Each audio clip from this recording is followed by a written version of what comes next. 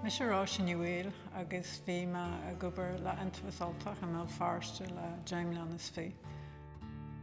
Stáithigh gur bhain chuid mhaid an ubair a bhí muidir ní dhéanamh maidir le cuasaí trasphobail le feasacht ar tús agus ba ceann na heagraíochtaí roinnmuid nó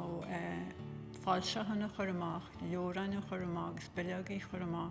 Go maiid leis sin bhí obair déanta na scálanna agus chuirmuid a ggó feartíocht le Ghaeilge agus chuirmuid cuasa stáithe cuasa chur bláisiú ar fáil da gréthe éagsúil don teanga í héin dása ceol le aidhmeanna a ceannáil sin rud agus chuéis sin isteachans na scoiltatha stáit na luan na hoidí agus sin sna blianta dearnatha d'arbair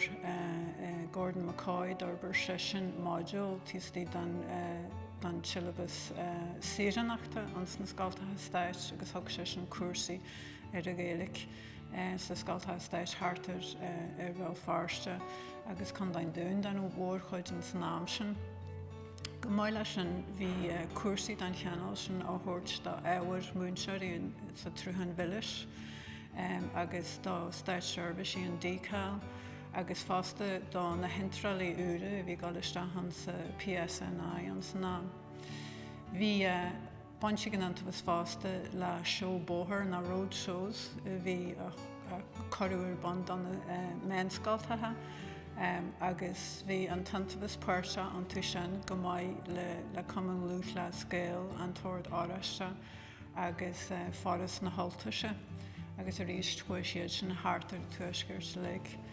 Agus an sin bhí buine an Iontaobhas na headrang na Ghaeilge riamh a bhí ar bhóthar na seancaile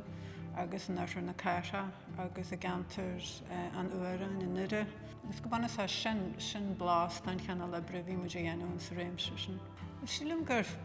féidir a réigear ó leabhah ag an Iontaobhas cinse an san airtha mion go héirí me arcann tú ar an bhuailú ar na dearcaithe diúltathe tá measc phobail fangaigh ar nóid takeadóra le déanú an sa réimse sin go fáil ach teise le feiceáil ar na pobal breithinna atá agus ar an airtha a tháinig ar a bheon go héirithe measc na nág i léith na Ghaeilge.